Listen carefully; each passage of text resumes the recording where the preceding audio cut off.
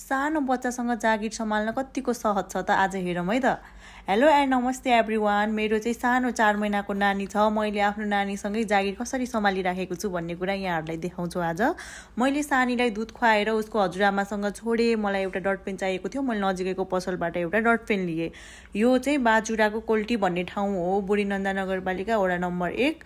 अनि म चाहिँ यहाँबाट उहाँ दिदी सँगसँगै अगाडि हिँडिराखेको छु। यो चाहिँ कोल्टी बजार हो। हिजो अस्ति यहाँ पानी परेको भएर मौसम एकदमै क्लियर, एकदमै सफा थियो। अनि यहाँ चाहिँ टिएस मोबाइल ग्यालरी हो। मलाई एउटा पेपर प्रिन्ट गर्नुपर्ने थियो, त्यही भएर म चाहिँ प्रिन्ट गर्नको लागि यहाँनिर आएँ। यहाँबाट चाहिँ मलाई यो कोल्टी आधारभूत अस्पतालमा जानुपर्ने काम थियो। पहिला चाहिँ यो पिएचसी थियो, अहिले चाहिँ यसलाई बढुवा गराएर कोल्टी आधारभूत अस्पताल बनाइएको छ।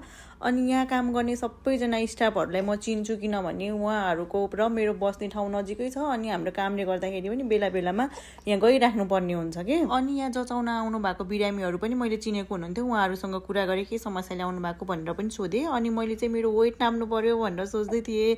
अनि यतिकैमा मैले यहाँ वेट पनि नापेँ कि आफ्नो। म एकदमै धेरै मोटाइसकेँ। जो मान्छे देख्यो त्यही मान्छेले कति मोटाको भन्नुहुन्छ। अनि म यहाँ जे कामको लागि आएको थिएँ त्यो कामको लागि चाहिँ मैले लक्ष्मी सिस्टरलाई भेट्नु पर्ने थियो। मैले हस्पिटलको सबै स्टाफलाई चिन्छु, उहाँहरूले पनि मलाई चिन्नुहुन्छ।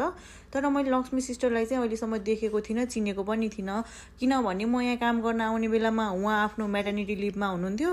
अनि उहाँ जोइन हुने बेलामा फेरि म लिभमा गएको थिएँ कि 3 महिना म्याटर्निटी लिभमा।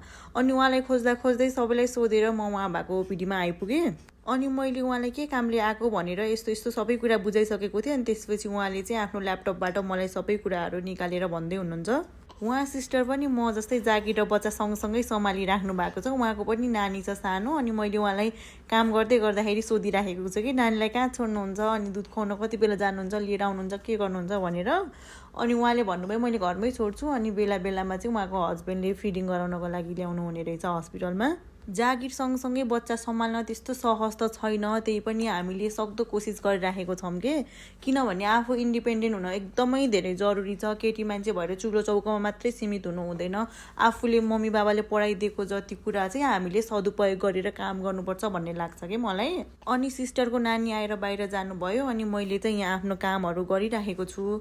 मलाई पनि मनमा पिर चलिराखेको छ, नानीले के गरिरहेको होला। उसले फेरि मान्छेहरूसँग बसिराख्न मान्दिन, बल्ल बल्ल उसको हजुरआमासँग छोडेर आएको कि रोई गर्ने खालको छ। अनि अब नानी भोकायो होला, उसलाई फिडिङ गर्न जान्छु भनेर म एकदमै कुदेर हतारमा हिँडिराखेको छु। त्यहाँबाट निस्केर मेरो काम अझै भ्याइएको छैन। म घर पुगेर उसलाई फिडिङ गराएर फेरि काममा फर्किनेवाला छु। टाढा जानुपर्ने भएको भए त म उसलाई बोकेर नै लान्थेँ होला, नजिकै थियो नि त आजको काम। त्यही भएर मैले उसलाई घरमै छोडेर आएँ। 5 मिनट पनि लाग्दैन, 4-3 मिनटमा पुगिन्छ मेरो घरबाट हस्पिटल। म हस्पिटलबाट घर आउन्जेल मेरो बच्चा सुतिरहेको थियो। मैले उसलाई उठाएँ, यस्तो बेसरी रोइराखेको छ। अनि उसलाई फिडिङ गराएर सुताएर फेरि म त्यो काममा जोइन हुनको लागि निस्किएँ। आउँदै गर्दाखेरि बाटोमा मामाले मेवा काटिराख्नु भएको रहेछ। अनि भान्जी मेवा खाएर जानु भन्नुभयो।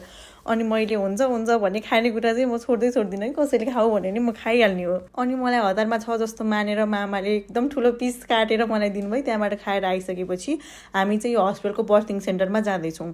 उहाँ चाहिँ मेरो जेठानी दिदी हो, उहाँको नाम चन्द्रा हो। अनि दिदीले चाहिँ मलाई माथिपट्टि लिनु भएको छ। मैले यहाँको सामानहरू इक्विपमेन्टहरू के कस्तो छ भनेर हेर्न खोजेको थिएँ कि खासमा। यो चाहिँ कोल्टी आधारभूत अस्पतालको डेलिभरी रुम हो।